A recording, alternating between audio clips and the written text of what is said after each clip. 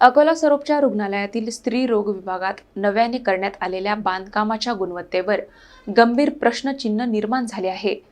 Gynaec OPD परिसरातील lift जवळील भिंतीच्या विटा निखळल्याने रुग्ण आणि नातेवाईकांमध्ये भीतीचे वातावरण पसरले आहे। अकोला सरोपच्या रुग्णालयातील स्त्री रोग विभागात नव्याने करण्यात आलेल्या बांधकामाच्या गुणवत्तेबाबत गंभीर प्रश्न उपस्थित करणारी घटना समोर आली आहे। गायनिक ओपीडी क्रमांक 111 परिसरातील लिफ्ट जवळ उभारण्यात आलेल्या नव्या भिंतीच्या विटा अचानक निखळू लागल्याने रुग्ण, गर्भवती महिला आणि त्यांच्या नातेवाईकांमध्ये भीतीचे वातावरण निर्माण झाले आहे। विशेष म्हणजे हा परिसर दररोज शेकडो गर्भवती महिला आणि रुग्णांच्या ये-जा करण्याचा महत्त्वाचा मार्ग आहे।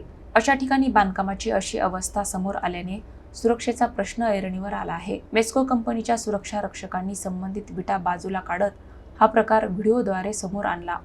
या घटनेनंतर रुग्ण आणि नातेवाईकांनी निकृष्ट दर्जाच्या बांधकामाचा आरोप करत संबंधित कामाची उच्चस्तरीय चौकशी करण्याची मागणी केली आहे। तसेच भविष्यात कोणतीही दुर्घटना घडू नये यासाठी तातडीने मजबूत आणि दर्जेदार बांधकाम करण्यात यावे अशी मागणी होत आहे। या संपूर्ण प्रकरणामुळे रुग्णालय प्रशासनाच्या देखरेख, बांधकामाच्या गुणवत्तेची तपासणी आणि जबाबदारीवरही प्रश्नचिन्ह निर्माण झाले आहे।